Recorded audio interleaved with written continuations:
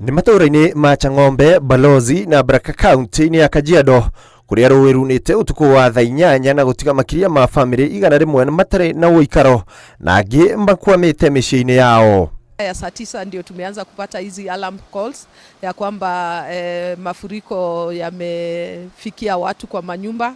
Tumetoka, Red Cross imerespond hayo masaa, idara ya polisi ilirespond, idara ya mazingira unit ya kaunti ya Kajiado. Wanashindwa kwenda makwao, ndio unaona maana watu wamejaa kwa barabara, wamefungiwa, watu hawezi toka kwenda kazi.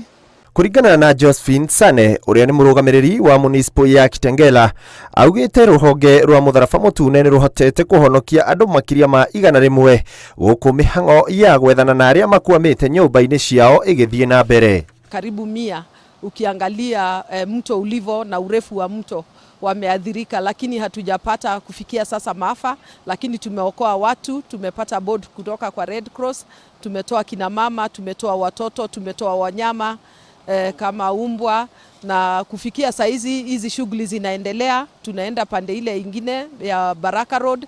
Aikari ane makaire thirikari ya kaunti ino kumateithĩrĩria na irio ro undu umwe na kundu mangigitia mbura iria irathie na mbere kura mwena uyu.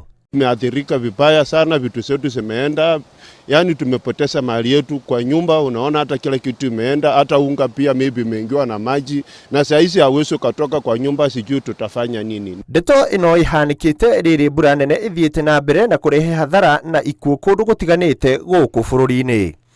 Handũ-inĩ ha Inooro TV, njĩtagwo Ikua wa Boshi.